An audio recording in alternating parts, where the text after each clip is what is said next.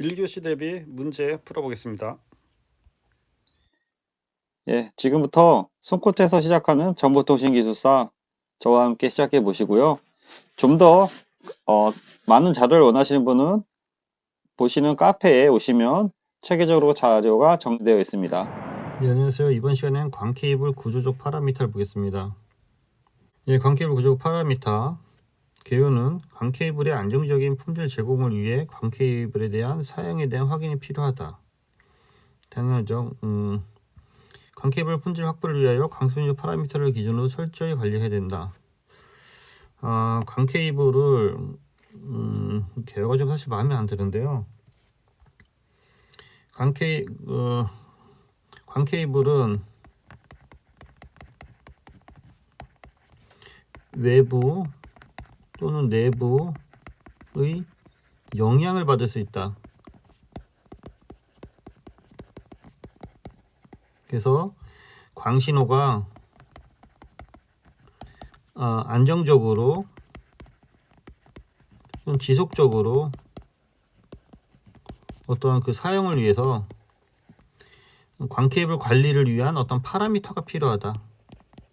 이런 걸 정리해 주는 게 더 나을 것 같아요. 파라미터 필요하다. 그래서 광케이블을 이제 확인하기 위한 거라는 거죠.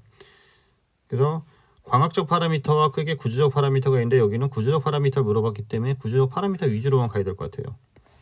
그리고 뒤에 가서 광학적 파라미터를 비교하는 게 맞지 않을까 싶습니다. 개념은 광케이블에 대한 적정한 품질 확보를 위한 구조에 관한 파라미터이다. 그래서 크게 편비균으로 외웠죠. 저는 편비균에서 여기 보면 편비균이 나오죠. 편심률, 비원율, 균경률. 그래서 이걸 물어봤기 때문에 답을 이제 앞에서 해줘야 되는 거고, 이렇게 원을 3개 그려줘야겠죠. 그림을 잘 못 그리는데 이게 기능이 있어서 이렇게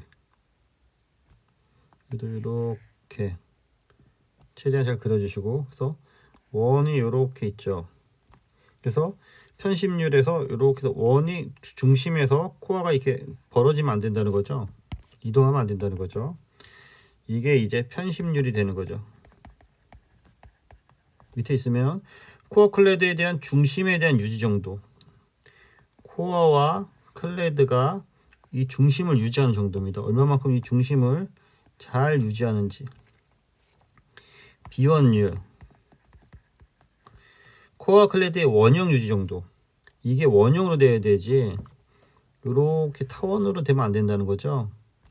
안에도 코어도 이렇게 타원으로 되면 안 된다는 거죠. 그래서 원형 유지 정도.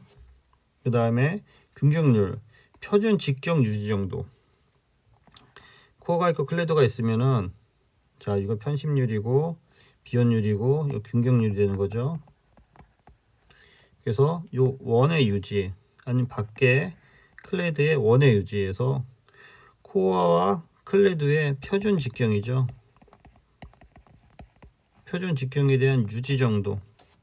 그래서 요거를 이렇게 박스로 쳐서 요 밑에 이렇게 나눠주는 방법도 있고요. 얘를 아니면은 위로 해서 해주는 방법도 있고요. 아니면 같이 이렇게 정리해주는 방법도 있고요. 여러분이 원하시는 대로 하시면 됩니다. 그래서 여기는 코어와 중요한 거는 클레드의 중심에 대한 유지 정도죠. 중심 유지. 비원율은 원둘레, 원형 유지 정도가 되는 거고요. 여기는 표준 직경, 요 표준 직경 유지 정도가 된다는 거를 써주고 밑에다가 한 번 더 적어주는 거예요. 이걸 다시 정리하는 거니까. 아니면은 여기를 또 적어주면은 좀 애매하니까 요 밑에다가 광케이블에 대한 구조적 파라미터에 대한 어떤 그 품질 확보 방안이라고 적어도 되는데 25점이면은 이걸 적는데 여기는 구조적 파라미터를 물어봤기 때문에 구조적 파라미터 위주로 계속 얘기를 하면 될 것 같아요.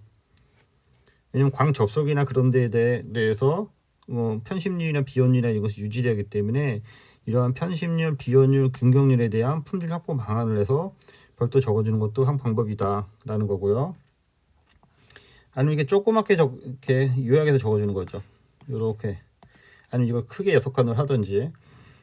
접속 시 광코어 접속 시 코어 접속에 대한 손실에 대한 유지를 방지하고, 제조사는 되도록이면 동일 제조사 제품을 연결해서 광캡을 사용하고, 기타 접속 손실이라든지 접속 기준, 접속 시 코어 중심에 대한 정밀 접속을 하고, 접속 시 클렌징을 하고, 먼지를 제거하고,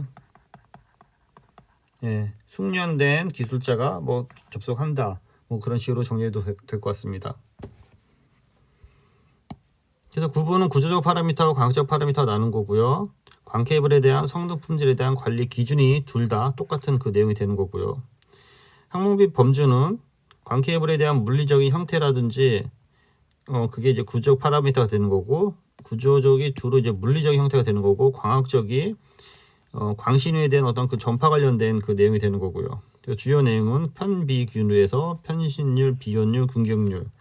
여기는 개수정비에서 개구수, 수간과 정규화 주파수, 비굴절률이 되겠네요. 정규화 주파수가 빠졌네요. 주파수. 통신의 영향은 주로 손실, 이쪽은 손실이나 분산의 영향이 있다. 대책, 접속 손실에 대한 보완이 필요하고, 증폭기에 대한 분산 대책 기술이 필요하다. 그래서 맺은말 및 동향을 적어줘야 되는데요. 여기 내용에 아마 요 내용에 대해서 연장해서 적어주는 것도 한 방법이고요. 추가로 엔지니어링을 한번 적어봤습니다. 그래서 초고속 정보통신 건물 인증, 뜬금없이 왜 나오냐, 여기에 싱글 모드랑 멀티 모드가 있는데 이게 5.5dB 이상 또는 11.5dB 이상의 어떤 그 광학값을 요구한다. 그래서 이를 위한 손실 측정을 위해 OTDR이라든지 광파워 미터를 사용한다. 또는 이것에 대한 손실 보강을 위해 증폭기를 사용하고, 최적의 접속 방법을 사용해야 한다. 왜 뜬금없이 이게 나왔냐? 구조적 파라미터에 대해서 어떠한 그 측정이라든지 그런 것들을 현장감을 넣으려고 한 부분이고요. 이런 부분이 좀 마음에 안 들면은 앞에 얘기했던 이러한 그 안정성이라든지 광학적 구조적 파라미터가 주요 키다라는 것에서 정리해 주시기 바랍니다. 네, 이상입니다. 수고했습니다.